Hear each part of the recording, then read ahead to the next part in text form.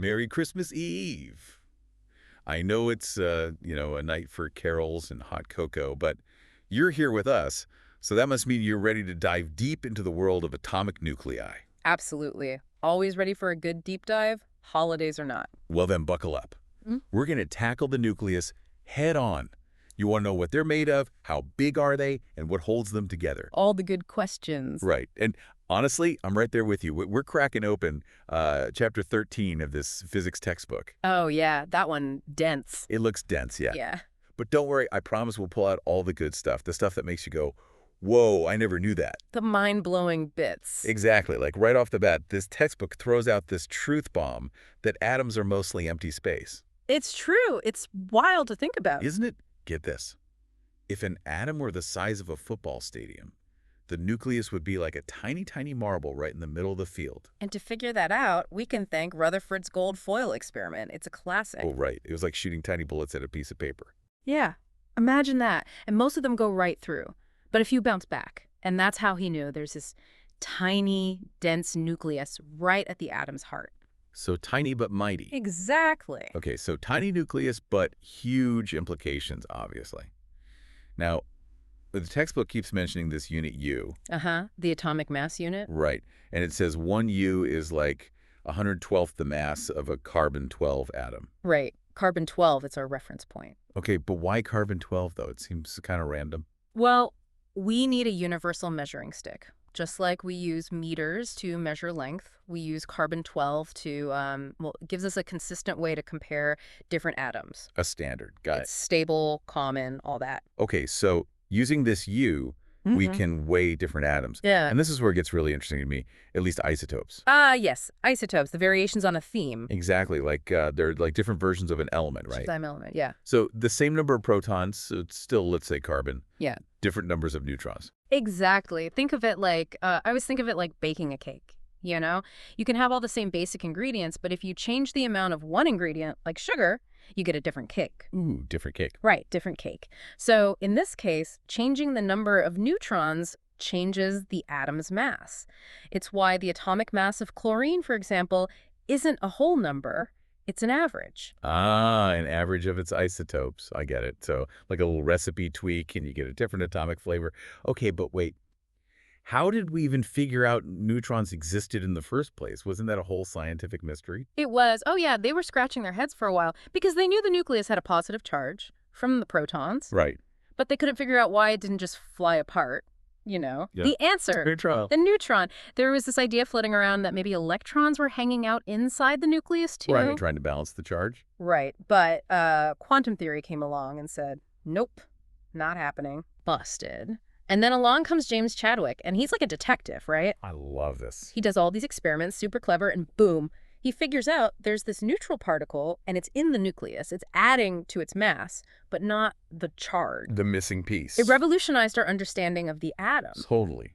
Okay. I love those stories of scientific breakthroughs. Mhm. So now we've got our protons and our neutrons all huddled together in the nucleus. Cozy. Cozy. But just how close are we talking?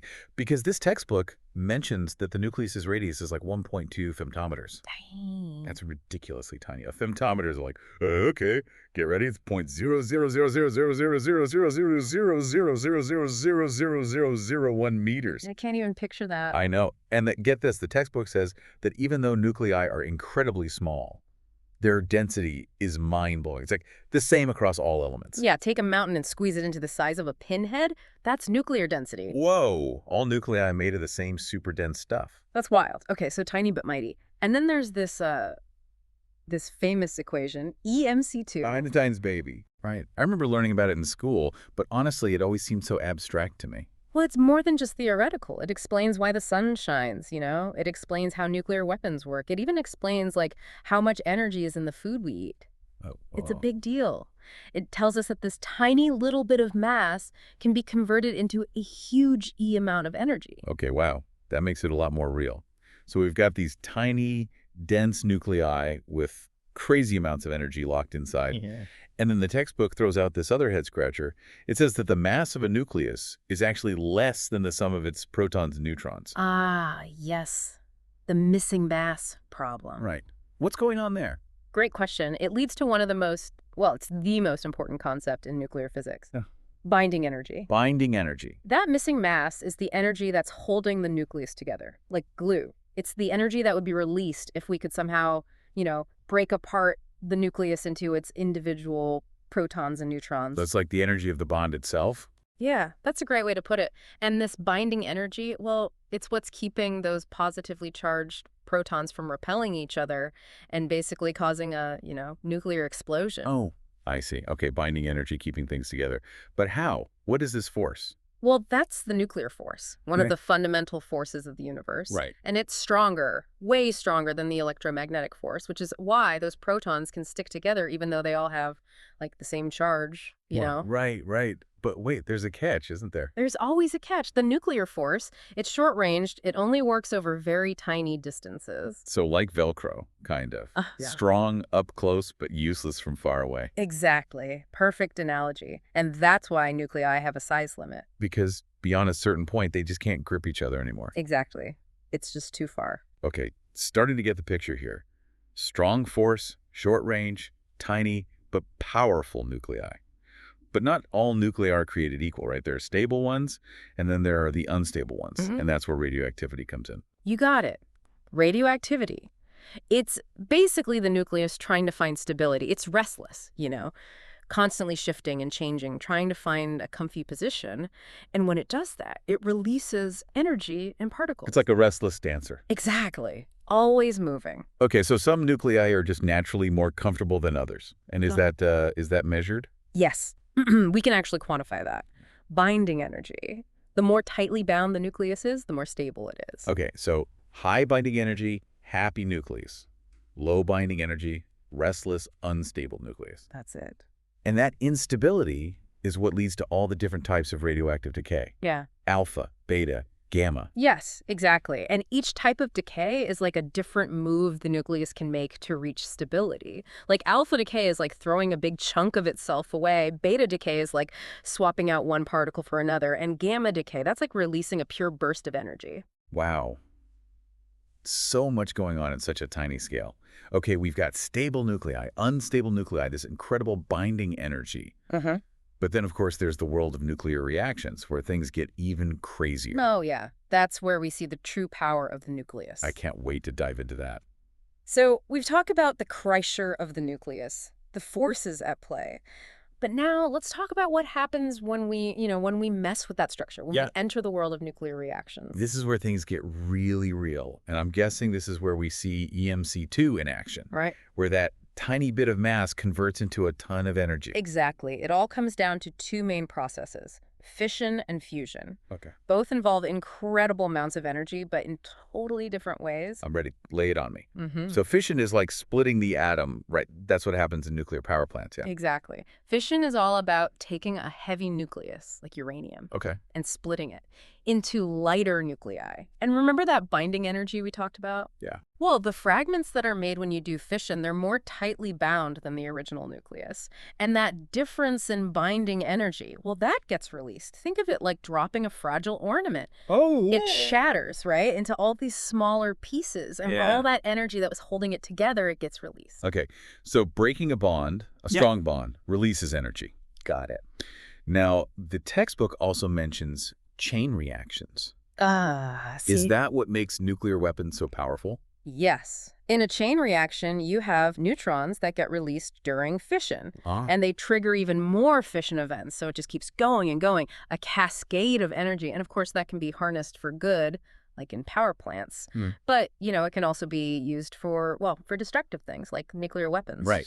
It's incredible and terrifying all at the same time. Yeah. Okay, so we've got fission. But what about fusion? That's different, right? It's what powers the sun, and it's not about splitting atoms, is it? You got it. Fusion is all about bringing light nuclei together to make a heavier nucleus. Think of it like trying to force two tiny magnets together. At first, they resist each other, but once you get them close enough, boom, snap together, and that releases energy. Okay, so in fusion, we're building things up, not breaking them down.